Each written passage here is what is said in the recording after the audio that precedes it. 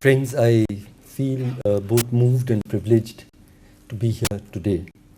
I didn't know Rohini, but I feel many different ways that we are linked. I lost my sister about 40 years ago when I was 18 and she was about 22.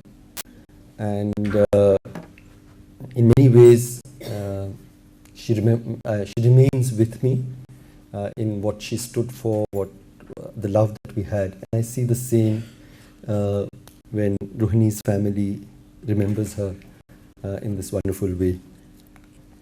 But also when Rohini's sister was talking about growing up and Rohini's dream of a more equal society, a dream especially for children to be able to look forward to the world, a more egalitarian, more compassionate world, I felt an even deeper bond. One of the world's most well-respected public intellectuals, Noam Chomsky, was in Delhi, this very city, some time back, and he said something very interesting and to my mind very heartbreaking. He said that he has never seen poverty as dramatically manifest as he has seen in the city. But side by side, he has never seen a people who have this enormous capacity to look at this suffering just at their doorstep and to look away. And I'm reminded, I think one of the greatest men of the last century in the world, Martin Luther King, he said something very close to my heart. He said, never be afraid to do what is right. Society's punishments are small compared to the wounds we inflict on our souls when we look away. And today I'll be talking about looking away. I'll be talking about the wounds that we inflict daily, collectively, on our souls as the great, wealthy, aspiring, aspirational, consuming, producing, shining middle class of the world's second largest economy. Wounds that we inflict on our souls so large that I think we've left such a huge hole in our collective consciousness and conscience.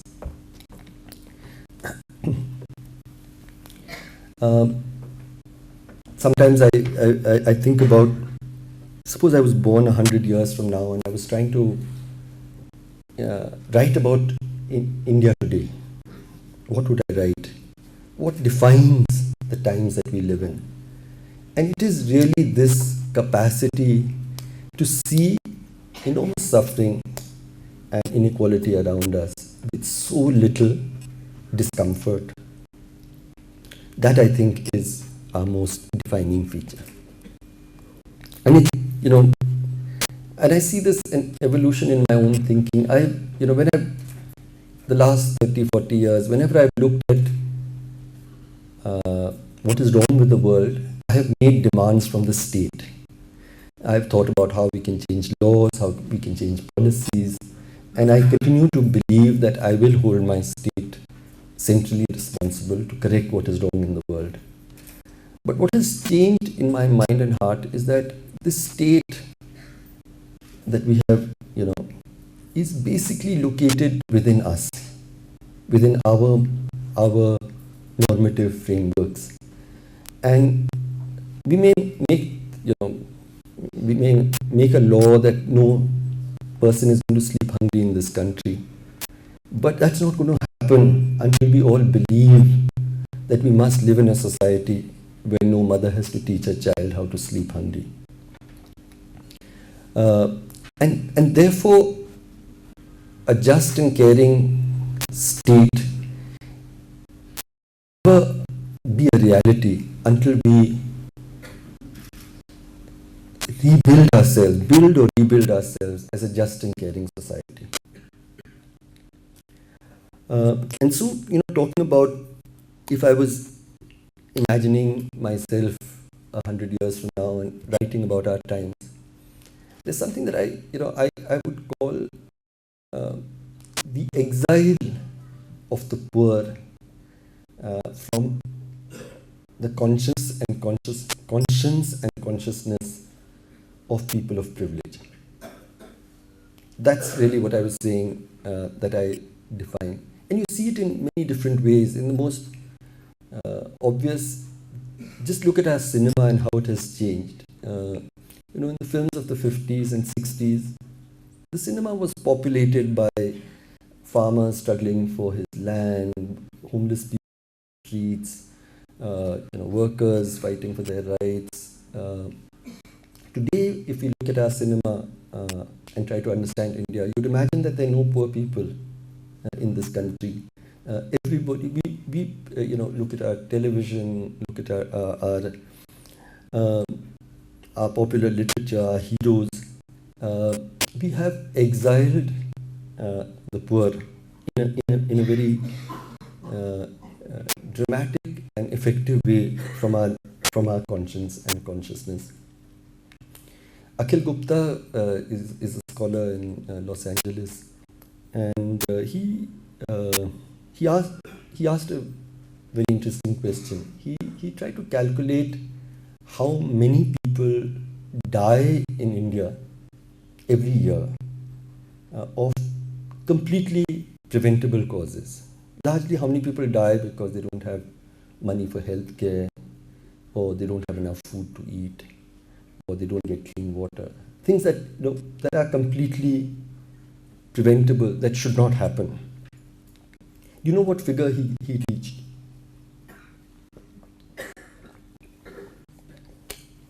2 million.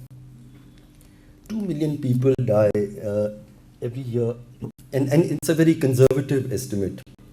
All he did was that he used Kerala's human development indicators and said that if the rest of the country had the same development indicators, what would be our survival rates, basically. And there's a lot that is wrong with Kerala. But even if we lay out that as an achievable standard for the rest of the country, we would have 2 million people more living every year. Now that number of people dying of completely preventable causes every year is a humanitarian crisis of epic proportions. It outnumbers the death of people by every natural calamity, most wars, etc. And yet, the extraordinary thing is that it's not even an issue. We're going through a huge general election. How much is this a part of the conversation? Do you hear it at all? We hear about what we commit to make life better, fairer, more just for people of the greatest disadvantage. Is that really what we are talking about when we are imagining a good government? And somewhere he says, what has happened in our consciousness is the normalization of poverty. Basically what we are saying is that, we look around and we say, there are hills, there are mountains, there are forests, there are trees, there are poor people. They've always been around as part of this general landscape. They were there, they are there, and they'll continue to be. And it is unproblematic. And it happens, we say it with the casualness. The finance minister, Mr. Chidambaram, was asked, how long will it be before poverty goes in India? And he said very unproblematically the year 2040. Mr. Monte Carvalho has also given exactly the same year. Now, first, that their understanding of poverty is actually the poverty line that they're talking about is closer to a starvation line.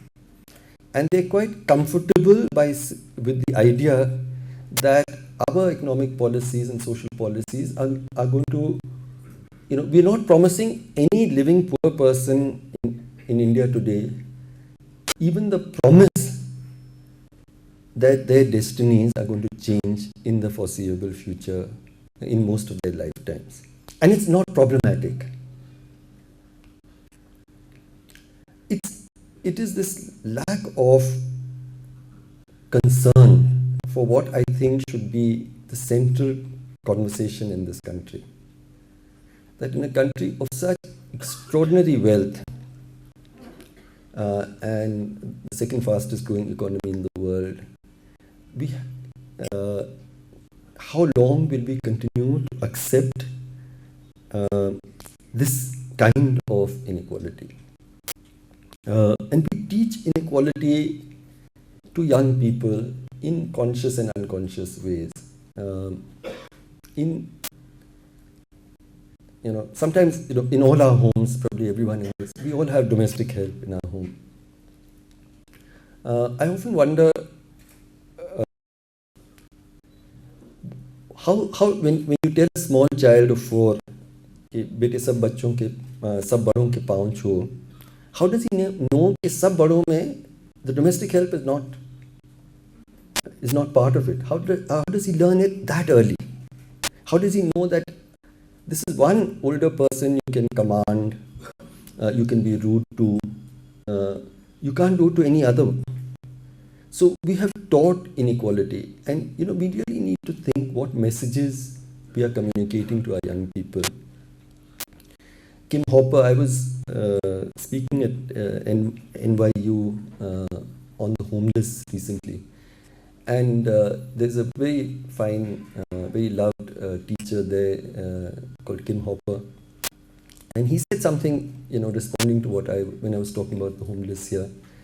He said he over the years, because he's been teaching about homelessness in New York, to his students, he would ask them one question to recall: how did your parents introduce you to the homeless? Think back, the first time you saw homeless people on the streets, your parents would have to explain that to you.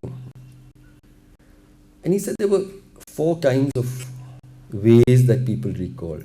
Most parents would quickly pull back the child, cover up, protect the child, communicating that these are dirty, dangerous people from whom you have to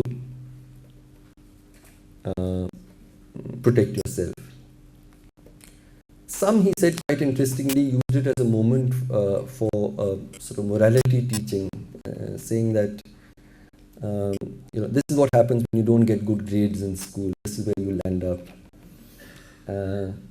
Some who were more progressive said this is the outcome of neoliberal policies and so on and so forth, and tried to explain this to their children. He said one colleague of his actually sat down and tried to explain to her daughter that this is just people who've had had bad luck, have had a difficult life. It could have happened to any of us. It could have happened to you. It could have happened to me. But he said that the girl recalls that when she said this, she started looking terrified, saying that can this also happen to me? And then she said no, but she hugged her and said no, but it will never happen to you. And I started thinking, when you see that the child on the traffic light whom Noam Chomsky observed, whom we cannot but see every day, many times, driving to work, coming back from a movie, what do we tell our children? What do we tell ourselves about this child? And when I came back to Delhi after I left the IAS 2002, I felt that this was one group of human beings I must engage with, because it symbolizes our indifference to the homeless child we see every single day, and our comfort with extraordinarily different destinies for our child and that child symbolizes to me what I think is the single thing that worries me most about our country. And I decided, therefore, that I would call for a group of young people and we would try to, we didn't have any idea what we'd do with them, but can we figure out? And I won't talk about this journey of 5 or 6 years, except that it has affirmed to me many things. And these kids are extraordinary they've suffered more in 6, 8, 10 years than most of us suffer through many lifetimes. And yet their capacity to heal, to forgive, to rebuild, and they're performing well in school, bridged for lost years of schooling, and in many different ways. This morning I happened to be at one of the girls' schools. It was a small, they were having a celebration because every single girl had passed their examinations this year, or everyone had entered regular school. These are all children of disabled beggars. Actually, the beggars that you see when you go to Sai Baba on Thursdays and Nizamuddin Dargah on Fridays, etc. Precisely those, they live in a place called Viklang Basti, and these are their children who used to beg with them. And in our care, I've seen how much they've blossomed and how much we are losing when we don't give children a chance. And these kids had just about a week, they had done their own performance. And I found that one of the kids had actually chosen a play called The Bishop's Candlesticks. And they performed. It just happened to be my favorite story when I was growing up as a child. And I loved the fact that they were telling this story to their parents in a sense. The parents was this group of disabled beggars. And my colleagues are really careful, and they've learned that they must be respected like any group of parents. And so they were the chief guests.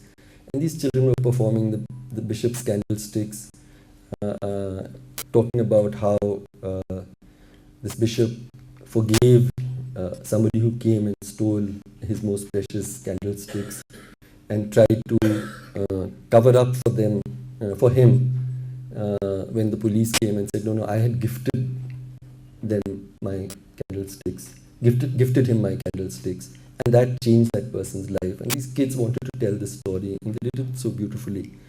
I just watching them, I thought about what India could have been if we had just done one thing. If we resolved that every child in this country, every single child in this country must study together and must get exactly the same educational opportunities. If I was the Prime Minister, this is the one thing, and I could do only one thing. This is the one which could change India. And we panic so much when we had this very modest RTE requirement that elite schools will have in class 1 25% children from disadvantaged backgrounds. Instead of welcoming it, the elite schools all banded together. They employed a battery of the country's most expensive lawyers. They fought a very long case in the Supreme Court resisting this. And one of the principals actually, in an unguarded moment, actually said, and it was quoted in the Wall Street Journal, she said, I can't handle the fact that the woman who is mopping my floors sits across the table from me as a parent. Why can't she handle it?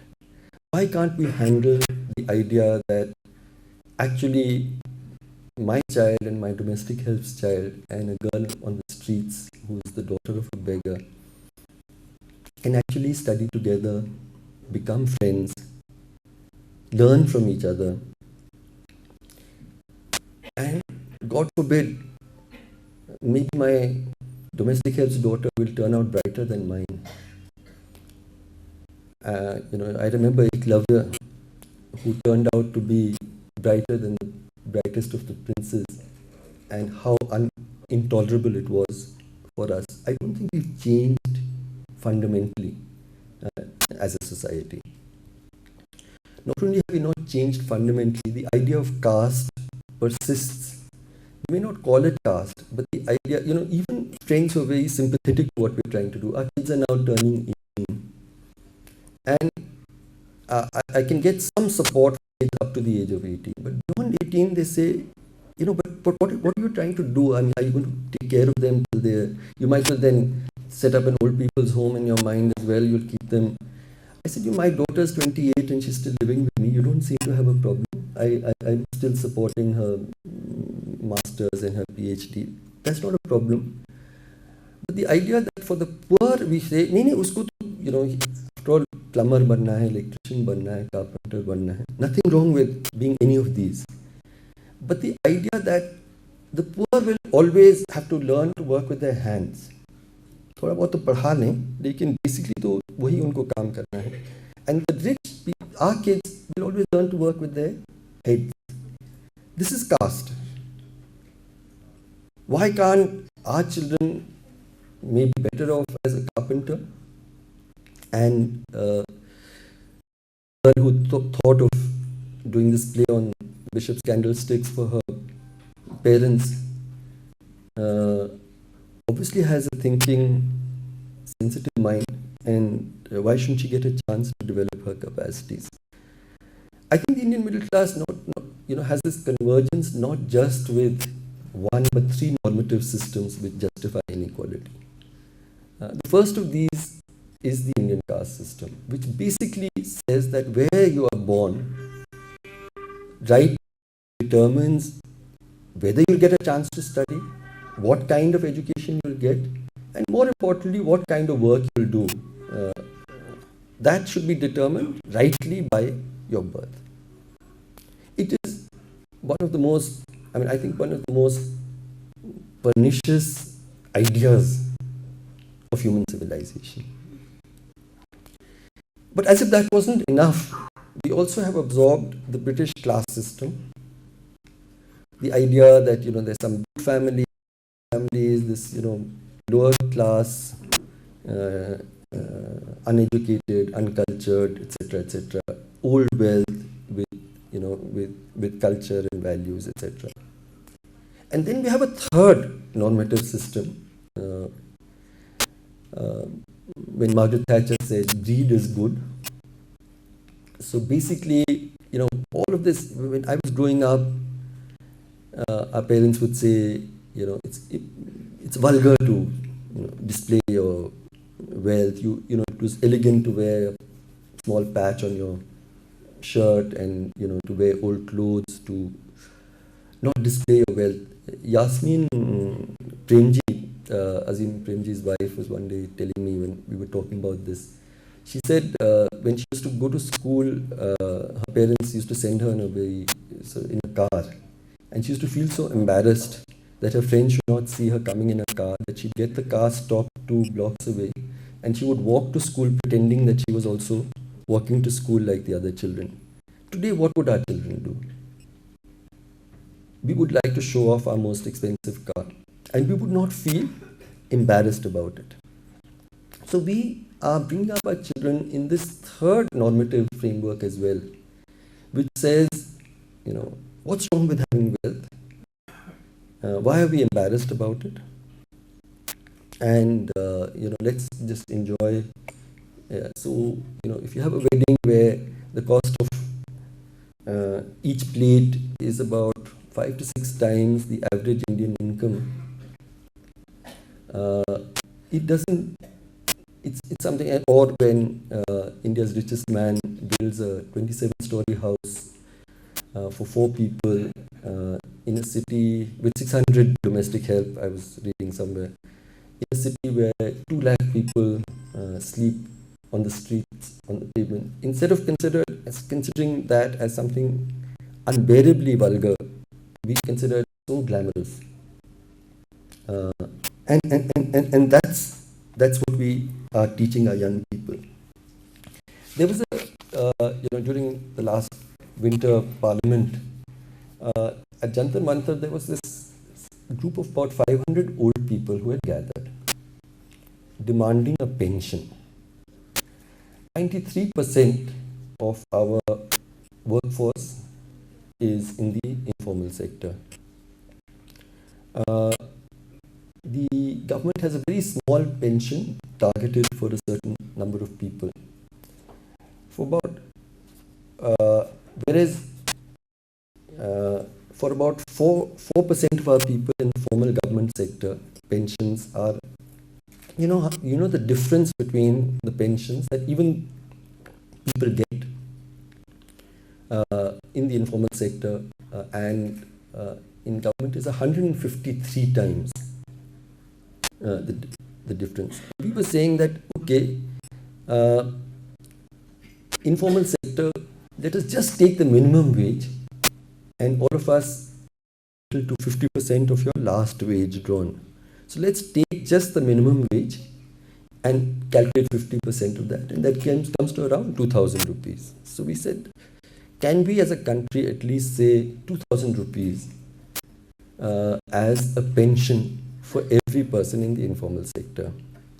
And this group of 500 people had gathered, trying to persuade people in parliament to listen to them. Of course, nobody had the time. I mean, what can be more unimportant?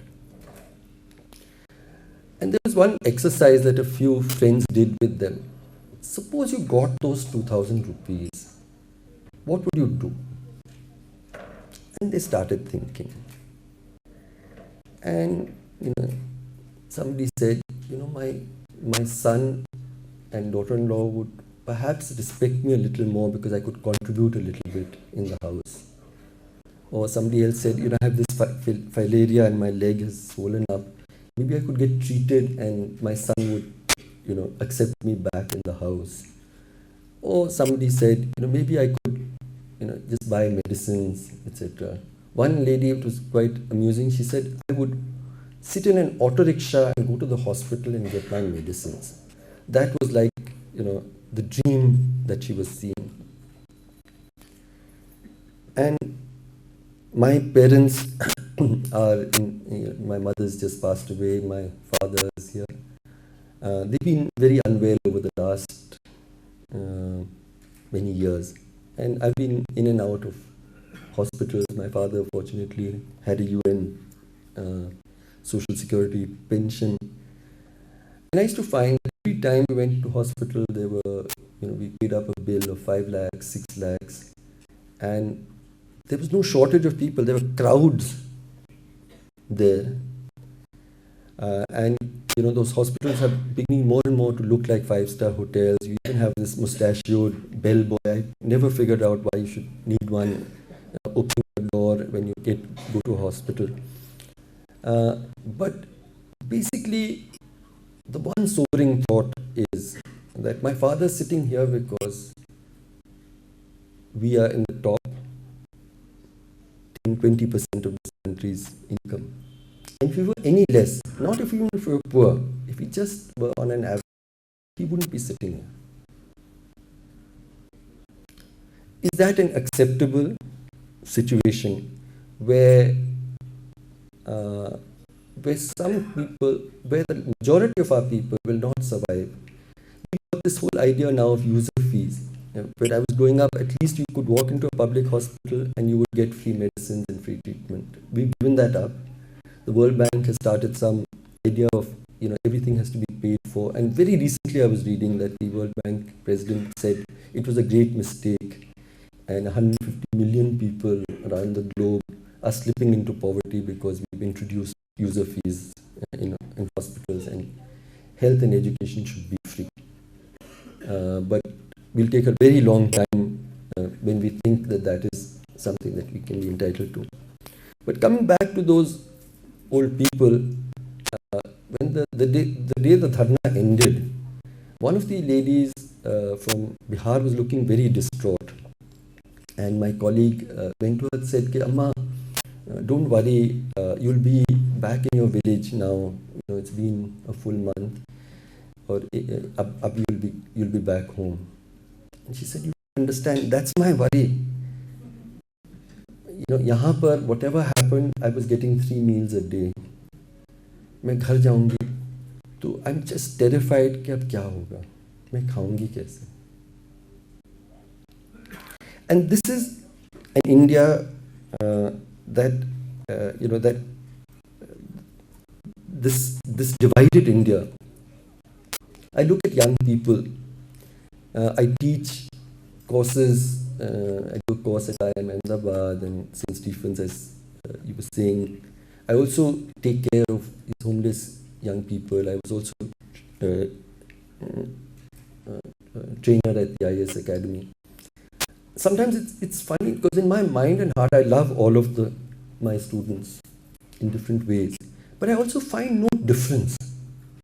And I'm sure an IS officer or an IM kid will be very unhappy if I say that I find my kids who were on the streets and who are growing up with me absolutely the same potential, absolutely the same possibilities, absolutely the same dreams. I mean, these are kids who, in New Delhi railway station, these are kids firstly who had extremely abusive parents, father, alcoholic, it seemed only violence, but kids who had a certain spirit at the age of 6 or 8, they just say, ab bahut ho gaya, I'll take care of myself.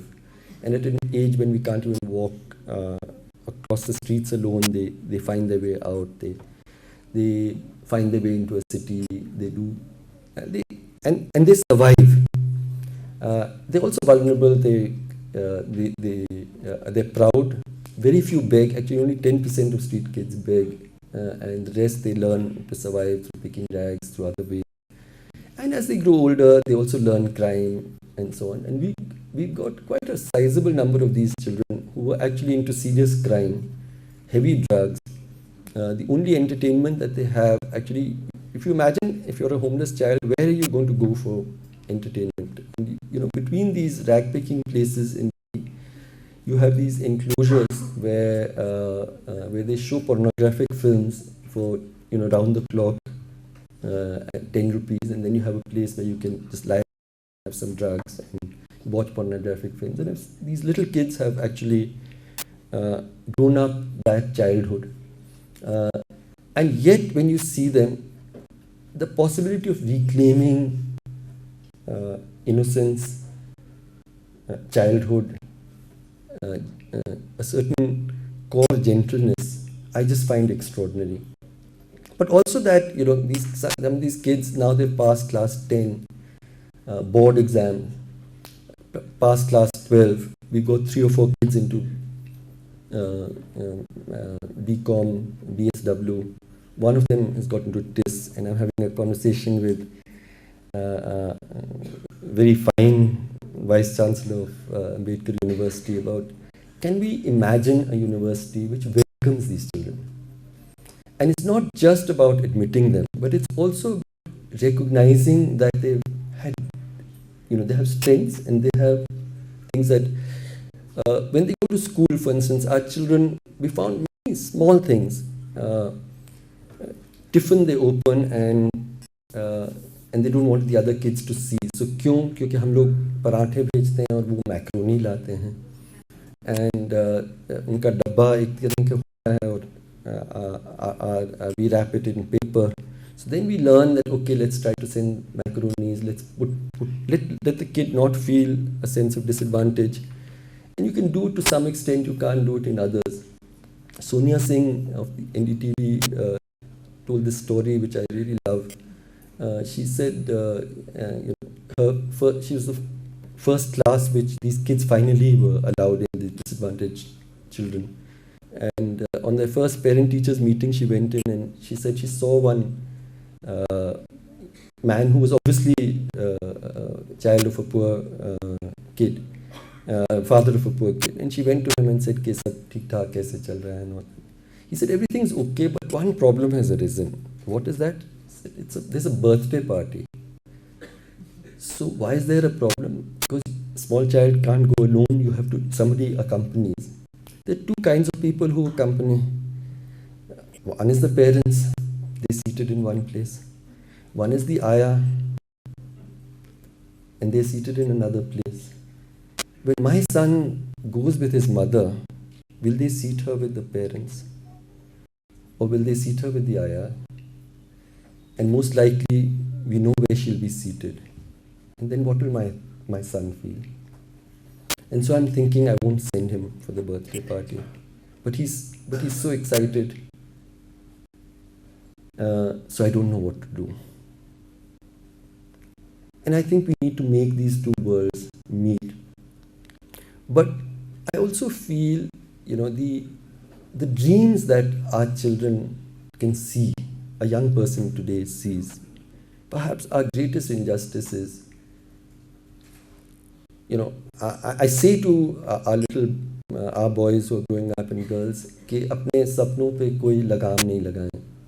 But I realize that that's not true. I mean, that kid wants to be a cardiologist or somebody else wants to be something. Where are we going to find in today's world the resources to support these kids through higher education to fulfill their dreams? And I hope I live long enough and I hope to see them actually achieve a little bit of their potential. When I teach my course at IIM Ahmedabad, I always start with, the very first day, I say there's one thing I want you to recognize. That you're not in this room and I'm not in this room because we are the best. IIM kids particularly think they're there because they're the best. And I say, because if 1 billion people in this country had exactly the same life chances that you've had and I have had, I'm certainly sure I wouldn't be standing here. You'd have to figure out whether you would be there or not. Yet we have this extraordinary sense of entitlement. So when they petitioned the Supreme Court saying that, what was the biggest ground that they gave? They said merit of our schools is going to be destroyed by allowing poor children in. Which means that all of us in this room are genetically, we have all merit, and the kids out there are the ones who have none. And the unproblematicness of this assumption it worries me. I'll just go quickly forward. It's, I've talked a lot about indifference. It's actually it's worse than that. There is, Elie Wiesel said, the opposite of love is not hate, the opposite of love is indifference. And I think that at the very least, most of us are guilty of. But there's sometimes, during the food bill debate, that was a special moment where, one can have genuine agreements, disagreements. But the quality of rage that I found, and because I convened the group that drafted that bill, and I found very few people in the political spectrum, particularly in the Congress, who could actually stand up and defend it with any conviction. I found myself in TV studios every night with everybody furious, including most anchors. And in one of those debates, for instance, a leading industrialist who's otherwise quite reasonable, she turned down and she said, how long do you expect? The rich have earned their money by working hard. They've done nothing to harm the economy. Why should we be taxed to feed the poor? That really became the core idea. And I had to say, of course, that you will agree that the poor also work hard, probably much harder. They've done even less to harm the economy. And in a good society, people of wealth are happy to share some of it. They can be, then there were more sophisticated reasons. For instance, that we can't afford this. But, if you really look at what we are spending on other things, including just revenues foregone for the private sector, is 5,50,000 crores is simply tax holidays to big industry, which is about less than a quarter of what a full-fledged food bill would cost. We have one of the lowest tax to GDP ratios. So whether we really have the money, whether we want to spend it, with what we feel is important. But the other argument was that corruption, there's too much corruption, all of this will go down the drain. Very reasonable argument. My only point is corruption is of course a problem, but there are corruption also in, say, in defense deals. So have we ever said, let's put a moratorium on buying more arms till we've sorted out the issue of corruption there? Or there was great corruption in the Commonwealth Games, so we won't build any urban infrastructure till we've sorted out corruption. No, we will only use the argument of corruption when there's a program for the poor, and so on. So I think that there's something more, the rage that we have about slums, for instance, about beggars, and a sense of shame. So during the Commonwealth Games, you all must have seen, like I used to drive to work, I'd see slums, and suddenly I saw this little tiger cub smiling at me wherever I went, but no slums. And we'd actually put up screens to hide the poor. And because I work with the homeless, they were driven out. There was a whole campaign, and so on. Because we wanted to be a world-class city. So what is our definition of a world-class city? Is it a city with no people?